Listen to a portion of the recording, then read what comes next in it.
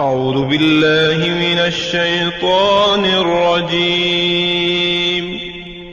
پناہ مانگتا ہوں میں اللہ کی شیطان مردود سے۔ بسم اللہ الرحمن الرحیم۔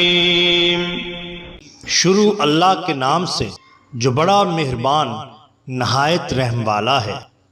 دا باٹم لائن کے ناظرین کرام، السلام علیکم۔ محترم ناظرین، ہم اپنی آج کی ویڈیو میں آپ کو بتائیں گے کہ ہندو باغی بیربل کیسے وقت کا ولی کامل بنا۔ سید میرا بھیک چشتی صابری اعظم اولیاء ہند سے ہیں۔ اصل نام سید محمد سعید تھا، میرا بھیک کے نام سے مشہور ہوئے۔ صحیح النسب سید ہیں۔ آپ کے والد گرامی سید محمد یوسف آپ کو 9 ہی برس کی عمر میں یتیم چھوڑ گئے۔ اس کے بعد آپ نے علوم متداولہ میں کمال پیدا کیا اور پھر حضرت شاہ ابو المعالی کے مرید ہو کر مجاہدات و ریاضات حاصل کی، مرتبہ ولایت پر پہنچے اور خرقہ خلافت حاصل کیا۔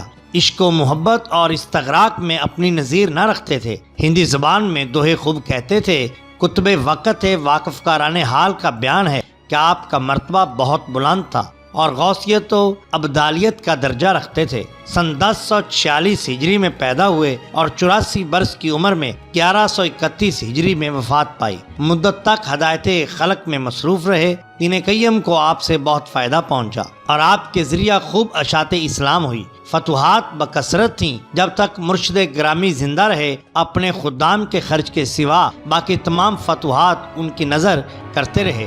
عظیم الشان خرچ تھا اور وسیع لنگر خانہ، جس سے ہر قوم و مذہب کے آدمی کو ہر وقت پکا پکایا کھانا ملتا تھا۔ ہزار 2,000 آدمیوں کو ایک وقت میں کھانا تقسیم ہوتا تھا۔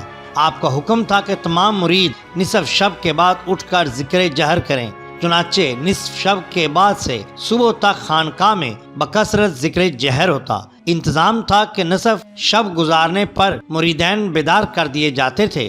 ایک فیض عام جاری رہا۔ مزار مبارک قصبہ کھڑام ہندوستان میں ہے، جس سے آج تک برابر فیض پہنچ رہا ہے۔ یوں تو آپ کی بہت سی کرامات مشہور ہیں، مگر ہم آپ کے سامنے صرف 2 کرامات کا ذکر کریں گے۔ آپ کا عہد محمد شاہ بادشاہ کا عہد تھا۔ محمد شاہ بادشاہ بھی فقراء کا بہت متقی تھا۔ اس نے نواب روشن الدولہ بہادر کی معرفت آپ کو اعلیٰ درجے کی شرینی اور زر نقد بھیجا۔ نواب صاحب نے نظر پیش کی اور کہا، جہاں اپنا چاہتے ہیں کہ سلطنت انہی کے خاندان میں رہنے کے لیے دعا کی جائے۔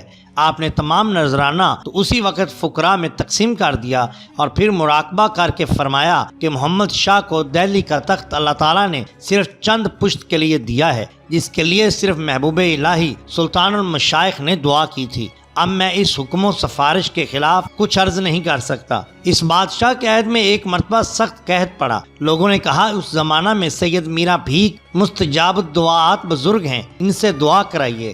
چنانچہ حاکم سرہند کے نام فرمان صادر ہوا کہ سید صاحب کو باعزاز تمام دہلی بھیج دیا جائے۔ بادشاہ نے خود بھی ایک نیاز مندانہ خط سید صاحب کے نام لکھا۔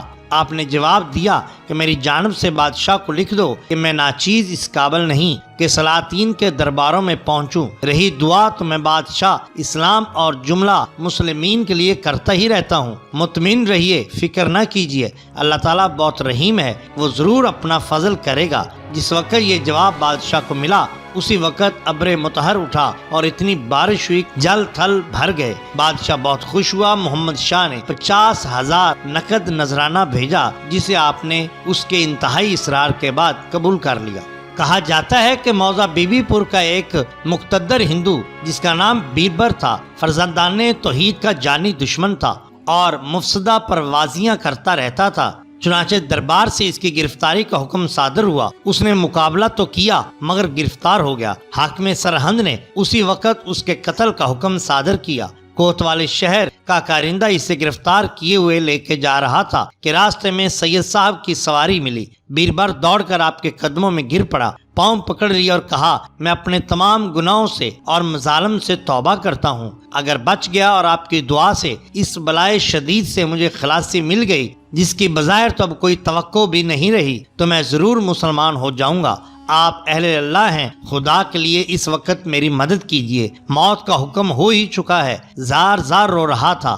آپ کو رحم آ گیا، فرمایا، جا کوئی اندیشہ نہ کر، شیخ کی توجہ سے قتل گاہ میں پہنچنے سے پہلے ہی حاکم کا حکم نامہ پہنچا کہ بیربل کو فوراً دربار حاضر کیا جائے۔ سامنے پہنچتے ہی نہ صرف یہ کہ بیربل کا قصور معاف کر دیا گیا بلکہ خلعت بھی عطا فرمائی گئی۔ یہ زندہ کرامت ایک بالکل عجیب واقعہ تھا۔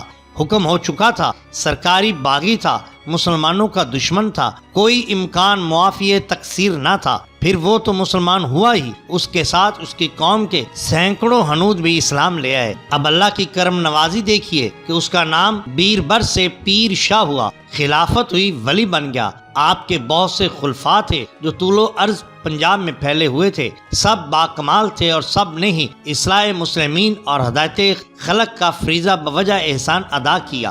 محترم ناظرین، بیربل کا مزار آج بھی ہندوستان میں موجود ہے، جہاں ہر سال لاکھوں زائرین حاضری دیتے ہیں۔ حضرت سید مینا پیر کی وفات ماہ شعبان سن 1131 ہجری کو ہوئی۔ محترم ناظرین، اگر آپ کو ہماری یہ ویڈیو پسند آئی ہو تو لائک کیجئے، سبسکرائب کیجئے ہمارے چینل دا باٹم لائن کو، تاکہ ہم آپ کے لیے اور بھی بہترین ویڈیوز لا سکیں۔ اپنے دوستوں کا، گرد و نواح کے لوگوں کا بہت خیال رکھیے۔ اللہ اور اللہ کے رسول صلی اللہ علیہ وسلم سے بہت محبت کیجئے۔ آپ کا بہت شکریہ۔ اللہ حافظ۔